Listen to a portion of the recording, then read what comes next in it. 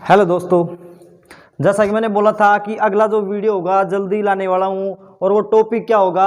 दूसरी विधि। पहली विधि अपन ने कर ली थी, कौन सी? ग्राफीय विधि। दूसरी विधि आ गई है प्रतिस्थापन विधि, जैसा कि मैंने आपसे वायदा किया था। ठीक है, अब देखेंगे प्रतिस्थापन विधि से सभी जो क्वेश्चन है इसी प्रकार से होंगे। प्रतिस्थापन विधि किस प्रकार से लागू होती है, किस प्रकार से लागू की जाती है। तो आपके पास दो समीकरण होंगे। अगर समीकरण नहीं होंगे तो आपको समीकरण बनाने पड़ेंगे, जैसे कि अपन ने ग्राफीय विधि में देखा है समीकरण बनाना किस प्रकार से समीकरण बनाए जाते हैं। तो उस प्रकार से अपन समीकरण युग्म बना लेंगे, एक समीकरणों का जोड़ा बना लेंगे, जो कि इसमें क्या है, ये 3.3 प्रश्नावली का पहले क्वेश्चन का पहला ही क्वेश्चन है। और इसमें क्या हुआ है, समीकरण युग्म अपने को दिया हुआ है और सभी प्रश्नों को इसी प्रकार से अपने को करना है। कौन सी विधि से? उसने बाकायदा बोला है कि इसको प्रतिस्थापन विधि से करना है। यदि प्रश्न में दिया जाता है कि प्रतिस्थापन विधि से प्रश्न को हल करना है तो उसी विधि से उसको हल करना पड़ेगा। अगर आपको ये दिया होता है कि समीकरण युग्म को हल कीजिए, तो जो भी विधि से आप हल करना चाहते हैं उस विधि से आप हल कर सकते हैं। लेकिन इसमें स्पेशल बोल दिया गया है कि प्रतिस्थापन विधि से, तो अब इसके अंदर आप कोई दूसरी विधि नहीं लगा सकते।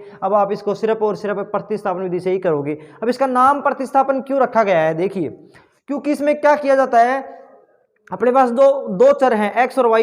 एक चर का मान निकालेंगे, उस मान को क्या कर देंगे दूसरे समीकरण में। एक समीकरण से एक चर का मान निकालेंगे और दूसरे समीकरण में उस चर का मान क्या कर देंगे, प्रतिस्थापित कर देंगे। प्रतिस्थापित, उसमें स्थापित कर देंगे, इसमें से उसमें स्थापित कर देंगे, इसलिए इसका नाम रखा गया है प्रतिस्थापन विधि। ठीक है, और बहुत आसान विधि है, देखना अभी समझ में आ जाएगा। एक बार में ही आपको यह विधि समझ में आ जाएगी। देखो कैसे, जैसे समीकरण 1 है तो मैं क्या बोलूंगा, समीकरण 1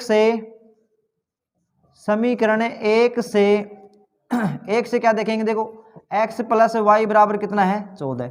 ठीक है, अब मैं यहां से क्या निकालूंगा, तो x का मान निकाल लूं या y का मान। x का मान या y का मान से मतलब है कि सिर्फ x एक तरफ और y और सभी एक तरफ। x एक तरफ, मैं यहां से x का मान निकालता हूं तो x बराबर क्या जाता है, प्लस y को मैं इधर पक्षांतर कर दिया 14 की तरफ, तो 14 पहले से थे, प्लस का y इधर आएगा तो प्लस का था तो किसका हो जाएगा, माइनस का।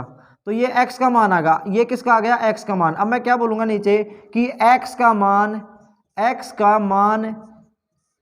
किससे निकाले हैं, समीकरण 1 से। यदि समीकरण 1 से निकाल रहे हैं तो समीकरण 2 में प्रतिस्थापित करना पड़ेगा। यदि समीकरण 2 से निकाल रहे हैं तो समीकरण 1 में प्रतिस्थापित करना पड़ेगा। उसी समीकरण से निकाल करके उसी समीकरण में प्रतिस्थापित नहीं करना पड़ेगा, जब तो प्रतिस्थापित दूसरे में स्थापित करना है, उसको दूसरे में रखना है।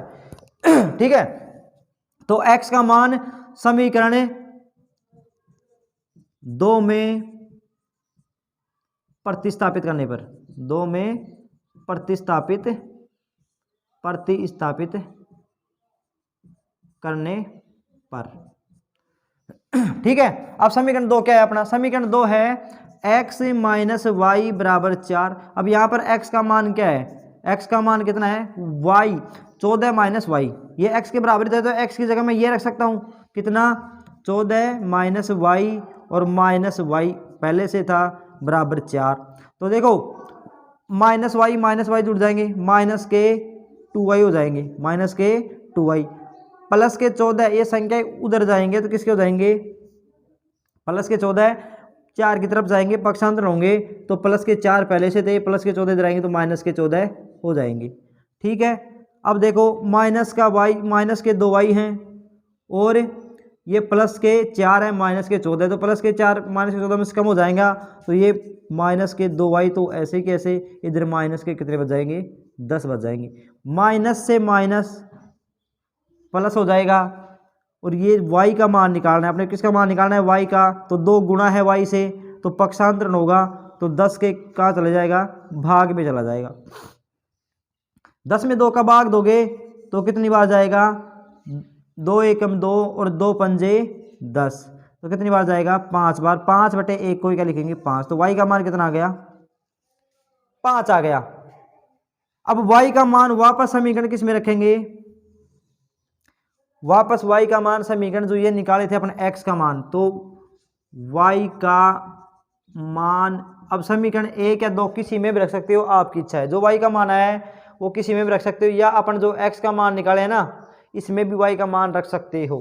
ठीक है, तो y का मान समीकरण 1 में रखने पर, मैं 1 में रख रहा हूं, 1 में रखने पर ठीक है, एक में रखेंगे तो एक क्या है, x प्लस वाई बराबर 14। अब y का मान कितना है, y का मान कितना है 5, तो x की जगह क्या रख, y की जगह कितने रखेंगे, x तो x ही रहेगा, प्लस y का कितना 5, क्योंकि y का मान y बराबर कितना है 5 है, मैंने निकाल लिया, तो y की जगह क्या रख दिया मैंने 5 बराबर 14। ऐसे कैसे, अब अपने को क्या करना है, चर एक तरफ है अचर एक तरफ, तो प्लस के 5 को 14 की तरफ पक्षांतर करूंगा, तो ये प्लस का है तो इधर आके किसका हो जाएगा, माइनस का हो जाएगा। ठीक है, 14 ऐसे कैसे और माइनस का 5, तो x बराबर कितना आ गया, 14 में से 5 घटाएंगे तो कितने बच जाएंगे, 9 बच जाएंगे, तो x का मान कितना आ गया, 9 आ गया। तो ये आपके जो दिए गए समीकरण युग्म है उसका हल आ गया क्या, कि अतः समीकरण युग्म का हल कितना होगा, x बराबर 9 व y बराबर 5 होगा। ठीक है, ये इतना सा पहले क्वेश्चन का पहला क्वेश्चन है।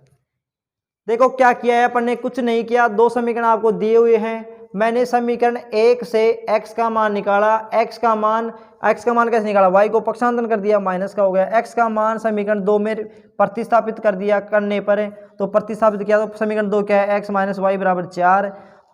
अब इसके अंदर जो x का मान है, x का मान कितना निकाला है अपन ने, 14 माइनस वाई, तो x की जगह मैंने क्या रख दिया 14 माइनस वाई, और माइनस वाई ऐसे कैसे है, बराबर 4 हाई ऐसे कैसे 4 है, तो अब देखो माइनस वाई जुड़ जाएंगे, माइनस के तो माइनस के 2 वाई हो जाएंगे, जो 14 हैं वो उधर जाएंगे क्योंकि चर एक तरफ है अचर है एक तरफ है, तो 14 प्लस के इधर जाएंगे तो माइनस के हो गए, 4 पहले से थे प्लस के, तो माइनस के 14 में 4 कम हो जाएंगे, तो माइनस के क्या बच जाएंगे 10 बच जाएंगे, इधर माइनस के 2 वाई, तो माइनस माइनस प्लस हो जाएगा, और अपने को वाई का मान निकालना है, तो ये 2 गुणा है वाई से, 2 नीचे बटा में चला जाएगा, भाग में चला जाएगा, 10 में 2 का भाग देंगे 5 बार जाएगा, तो y का मान कितना आ गया 5 आ गया। फिर जो y का मान 5 आया उसको समीकरण 1 में रखेंगे, समीकरण 1 में रखने पर समीकरण 1 क्या है, x प्लस वाई बराबर 14, तो y का मान कितना निकाला है 5 निकाला है, तो y की जगह कितना रखा है 5 रख दिया बराबर 14। अब 5 को उधर लेके जाएंगे क्योंकि चर एक तरफ और अचर एक तरफ है, तो x बराबर कितना आ गया 14 माइनस 5, 14 में से 5 घटाएंगे तो कितना आ जाएगा 9।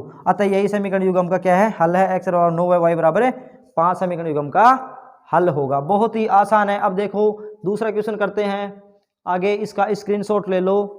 ठीक है,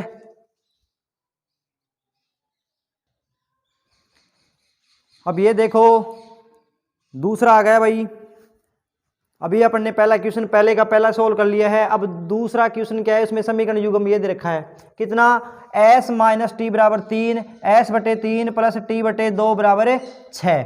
ये दोनों समीकरण आ गए हैं। समीकरण 1 बिल्कुल सामान्य समीकरण है, जबकि समीकरण 2 जो है भिन्न में है, तो इसको क्या करेंगे, अपने समीकरण को हल करेंगे। क्या करेंगे, हल कैसे करेंगे, देखो इस समीकरण को जो 2 नाम नहीं देंगे अपन, क्या करेंगे पहले इसको हल करेंगे फिर इसको 2 नाम देंगे।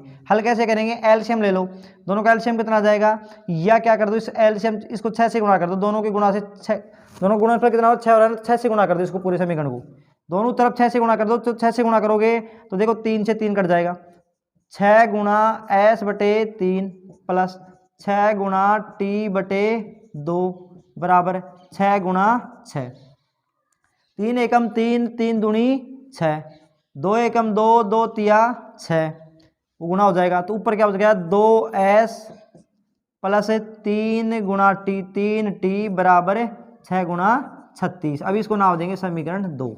अब यह है एक सामान्य समीकरण आ गया। इतना करने पर अपने पास पहला समीकरण ये हो गया और दूसरा समीकरण ये हो गया। अब अपन समीकरण 1 से क्या रखेंगे क्या निकालेंगे, एक मान निकालेंगे, एक चर का मान निकालेंगे। तो समीकरण 1 से तो समीकरण 1 क्या है, s माइनस टी बराबर 3, तो मैं s का मान निकालूंगा, माइनस टी को इधर पक्षांतर करूंगा तो तीन प्लस टी आ गया। अब s का मान, s का जैसे x का मान रखे थे, s का मान समीकरण 2 में प्रतिस्थापित करने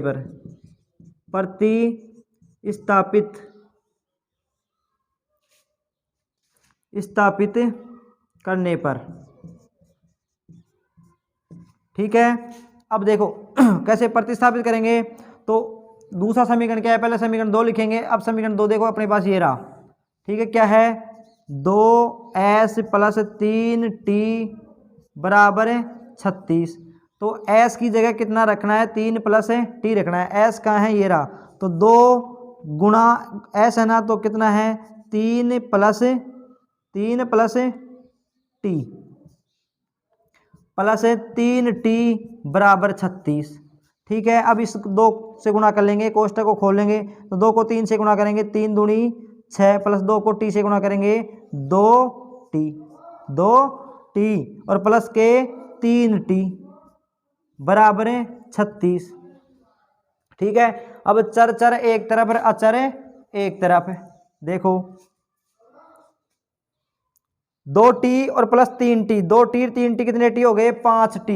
कितने टी हो गए, 5t प्लस के 6 हैं, प्लस के 6 को उधर पक्षांतर करेंगे 36 की तरफ, भी चर एक तरफ और अचर एक तरफ, तो 36 पहले से थे बराबर 36, और प्लस के 6 को उधर पक्षांतर करेंगे तो माइनस के 6 हो जाएंगे, तो 36 - 6, तो 5t बराबर 36 में से 6 जाएंगे तो 30 आ जाएंगे, और t बराबर कितना आ जाएगा, ये 5 गुणा है t से, तो इधर आएंगे तो कहाँ जाएंगे, बटे में जाएंगे, 30/5। अब 30 में 5 का भाग दोगे तो 5 हिंगा 30, तो t का मान कितना आ गया डियर, 6 आ गया है। अब ये जो t का मान आया है, ये जो आपको आसान समीकरण लगे उसके अंदर रख दो। तो मेरे को आसान लग रहा है कि समीकरण जो 1 है वो बिल्कुल आसान है, तो t का मान समीकरण 1 में रखने पर या प्रतिस्थापित करने पर बात एक ही है ना, प्रतिस्थापित करने पर, ठीक है। हाँ डियर, आगे देखो क्या चल रहा है, s - t। अब समीकरण जो t का मान समीकरण किस में रखने पर है, समीकरण 1 में, समीकरण 1 में प्रतिस्थापित करने पर समीकरण 1 क्या है, s - t = 3। तो t का मान कितना है, s - t का मान कितना है 6 बराबर 3। अब अपने को तो s का मान निकालना है, तो चर एक तरफ अचर एक तरफ। तो देखो s तो इधर रहेगा, -6 उधर जाएगा बराबर के, तो इधर 3 तो पहले से था, -6 इधर आएगा तो प्लस का 6 हो जाएगा, क्योंकि चिन्ह बदल जाएगा, ऐसे नहीं जाएगा। ठीक है, चिन्ह बदल जाएगा तो प्लस होगा, s बराबर 3 + 6 कितने हो गए, 9 हो गए। कितने हो गए, 9। तो t का मान 6 आ गया, s का मान 9 हो गया। अतः नीचे बोल दोगे, अतः समीकरण युग्म में, थोड़ा गला खराब है भाई, है ना, तबीयत थोड़ी ठीक नहीं है, लेकिन फिर भी आपके लिए वीडियो बना रहे हैं, तो इसलिए वीडियो को लाइक करें, कमेंट करें और चैनल को सब्सक्राइब कर ले भाई, है ना। हाँ, समीकरण युग्म का जो हल है, समीकरण युग्म का हल कितना आ गया बेटा, t बराबर 6 तथा s बराबर 9 होगा। समीकरण का जो हल है कितना होगा, t बराबर 6 तथा s बराबर 9 होगा। यही आपका इस समीकरण युग्म का हल निकल के आता है। तो इसलिए वीडियो को लाइक करें और चैनल को सब्सक्राइब कर लें, ठीक है, और कमेंट करें भाई वीडियो कैसा लगा, कमेंट जरूर करना है। और जल्दी से आगे देखो, अब इससे अगला क्वेश्चन, पहले इसका स्क्रीनशॉट ले लो और फिर अगला क्वेश्चन करते हैं भाई।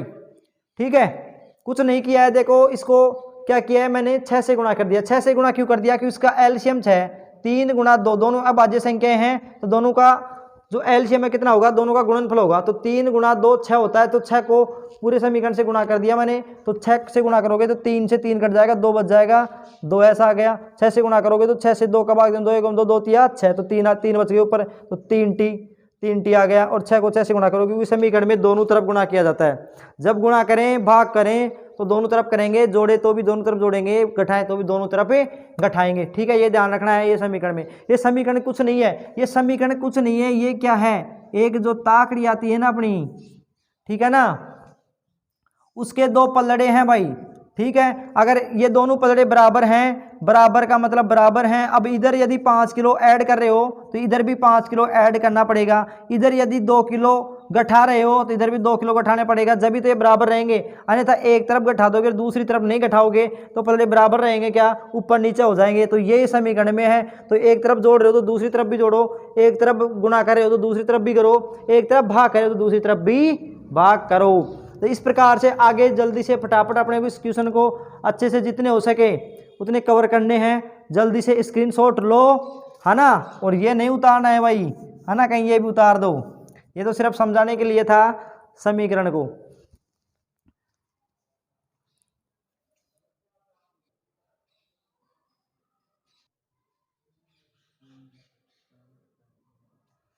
अगला क्वेश्चन देखो भाई, जो ये तीसरा क्वेश्चन बिल्कुल आसान है, तीसरा भी हो जाएगा। ये देखो चौथा क्वेश्चन क्या है, इसमें दशमलव है, ठीक है ना। तो अपन क्या करेंगे, पहले इसमें दशमलव को हटाएंगे। जैसे 0.1 है तो एक अंक के बाद में दशमलव लगा हुआ है तो कितना क्या करेंगे, इसको चेंज करेंगे। तो कैसे करेंगे, एक दशमलव को हटाएंगे तो कितना जाएगा 2x/10 लगा देंगे, प्लस दशमलव के बाद यहाँ भी एक अंक है तो दशमलव को हटाएंगे और नीचे 10 लगा देंगे, बराबर है। यहाँ भी दशमलव के नीचे क्या है, एक अंक के बाद दशमलव है तो दशमलव को हटाएंगे 10 लगा देंगे। अब इस पूरे समीकरण को क्या कर देंगे, 10 से गुणा कर देंगे। तो 10 से गुणा करेंगे तो सब के 10 क्या हो जाएंगे, हट जाएंगे। कितना आ जाएगा समीकरण 2x + 3y बराबर 13। इसको समीकरण नाम दे देंगे 3। और इसी प्रकार से इसका भी हटा देंगे तो क्या हो जाएगा, ये 4x/10 + 5y/10 बराबर 23/10। अब इस पूरे समीकरण को 10 से गुणा करेंगे तो ये हट जाएगा। कितना आ जाएगा, ऊपर की संख्या 4x + 5y बराबर 23। इसको समीकरण दे देंगे 4। तो ये आ गया अपने पास समीकरण युग्म 3 और 4, एक आसान समीकरण आ गए। इसको दशमलव को हटा लेंगे। इस प्रकार से सामान्य समीकरण अपने रैखिक समीकरण, दो चर में रैखिक समीकरण बना लेंगे, ठीक है।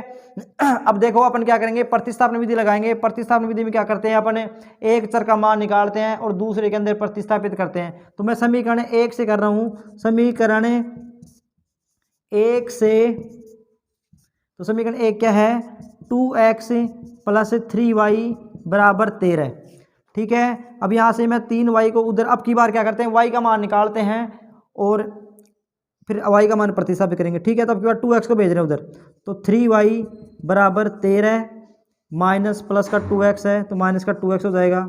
अभी जो 3 है ये 3 गुणा है तो इधर जाएगा तो बटे में चला जाएगा। तो y बराबर कितना जाएगा, 13 माइनस 2x/3। ये वो जो y का मान है ये मैं समीकरण किस में पुट करूँगा, समीकरण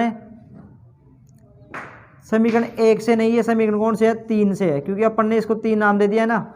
एक तो ये था, इसको ही सरल करके अपन ने ये 3 बना लिया है, ठीक है। तो समीकरण किससे, समीकरण 3 से। अब ये जो y का मान है तो y का मान समीकरण किस में रखेंगे, 4 में। y का मान समीकरण 4 में प्रतिस्थापित करने पर तो देखो बेटा प्रतिस्थापित करेंगे y का मान जो है। अब समीकरण 4 कितना है, समीकरण 4 है 4x + 5y बराबर 23 है। अब इसमें y का मान कितना रखेंगे, 13 माइनस 2x/3 किसकी जगह, y की जगह। तो 4x तो ऐसे कैसे प्लस 5 और गुणा क्या, y का मान कितना है 13 माइनस 2x/3 बराबर 23। क्या करेंगे, इस कोष्टक को हल करेंगे तो 4x ऐसे कैसे प्लस 5 को 13 से गुणा करेंगे तो कितना हो जाएगा, 13 पंजे 65 माइनस 5 को 2 से तो 5 दूनी 10x। अब इस 3 का अलग अलग भाग बटे 3 बराबर 23, ठीक है। अब यहाँ से एलसीएम ले लेंगे तो 3 एलसीएम आ जाएगा, 3 एलसीएम ले लेंगे इधर तो ये 3 इस 4 से गुणा हो जाएगा तो 4 3 12x प्लस के 65 माइनस के 10x और बराबर 23। अब ये जो 3 है बटे में, 3 बटे में है तो इधर बराबर के इधर जाएगा तो किस में चला जाएगा, ये भाग में ना तो गुणा में चला जाएगा। किस में चला जाएगा, गुणा में। तो इधर क्या बच गया, 12x माइनस का 10x और प्लस का 65 बराबर 23 गुणा 3।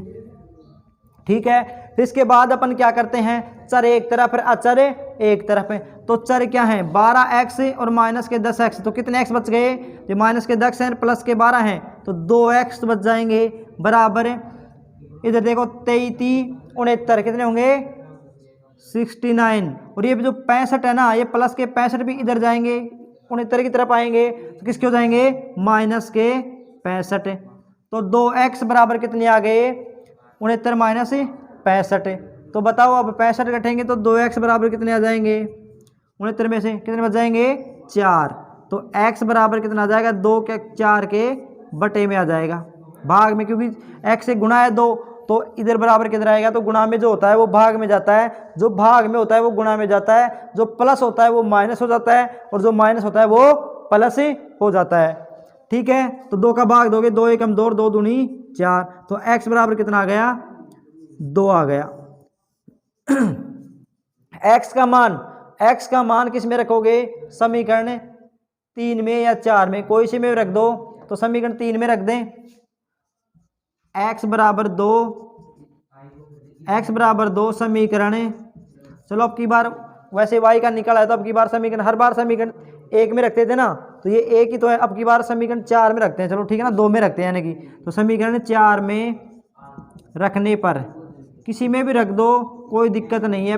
अब तो पहले तो जो है, पहले से यदि मान निकाल रहे हो तो दूसरे में रखना है, यदि दूसरे से निकाल रहे हो तो पहले में रखना है। अब जो मान आने के बाद, चाहे x का है चाहे y का है, आने के बाद किसी भी समीकरण में रख सकते हो, चाहे पहले में रखो चाहे दूसरे में। तो मैं क्या कर रहा हूँ, समीकरण 4 में रखने पर, समीकरण 4 क्या है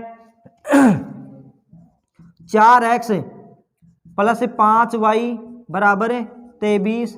अब x बराबर 2 रखूँगा, तो x 4 गुणा x की जगह 2 गुणा प्लस 5y बराबर 23, तो 4 दूनी 8, 5y प्लस के 8 को उधर लेके जाऊंगा, तो 23 माइनस के 8 कितने आ गए, 5y बराबर 23 माइनस 8, 8 जाएंगे तो कितने बच जाएंगे 15, तो 5y बराबर 15, तो y का मान कितना आ जाएगा, 5 से भाग चला जाएगा 15/5, और 5 3 15, y का मान कितना आ गया 3। अतः समीकरण युग्म का हल कितना आ गया, इधर देखो, अतः समीकरण युग्म का हल x बराबर देखो 2 तथा y बराबर 3 होगा। x का मान 2 तथा y का मान 3 रख लो, समीकरण दोनों क्या हो जाएंगे, हल हो जाएंगे, संतुष्ट हो जाएंगे, कोई दिक्कत नहीं। तो इस प्रकार से आप किसी भी प्रश्न को इस विधि द्वारा, प्रतिस्थापन विधि के द्वारा बहुत आसानी से x और y के मान निकाल सकते हो। जब भी आपके पास 2 चर में रैखिक समीकरण युग्म हो, तो आप इस विधि के द्वारा बहुत आसानी से x और y का मान निकाल सकते हो। x और y के वे मान जो दोनों समीकरणों को क्या करे, संतुष्ट करे, वही उनका क्या होता है, एक उचित हल होता है। ये मैंने आपको फर्स्ट वीडियो में बता दिया था। यदि कोई नहीं देखा है तो फर्स्ट और सेकंड वीडियो को जरूर देखें, डिस्क्रिप्शन के अंदर है उनका दोनों का लिंक मिल जाएगा, वीडियो फर्स्ट और वीडियो सेकंड दोनों का। तो आप जिसने नहीं देखा है वीडियो फर्स्ट और सेकंड को जाके ज़रूर देखना है, क्योंकि जब ये उनका जो बेसिक है वहीं से स्टार्ट होता है, उनको देखना, फिर देखना, आपको बहुत अच्छे से समझ में आ जाएगी, कोई दिक्कत नहीं होगी। ठीक है, वीडियो को लाइक करना ना भूलें और चैनल को सब्सक्राइब जरूर करें, बेल आइकन को जरूर दबा दें। ठीक है, दबा दीजिए। ठीक है भाई, अब मिलते हैं अगले वीडियो में, नेक्स्ट वीडियो में इससे अगली विधि लेके आएंगे, उसका नाम क्या है, विलोपन विधि। ठीक है, ऐसे समीकरण युग्म को, ये तो प्रतिस्थापन विधि थी, उसमें विलोपन विधि से अपन x और y के मान निकालेंगे। और जब तक के लिए राम राम जी, जय हिंद, जय भारत।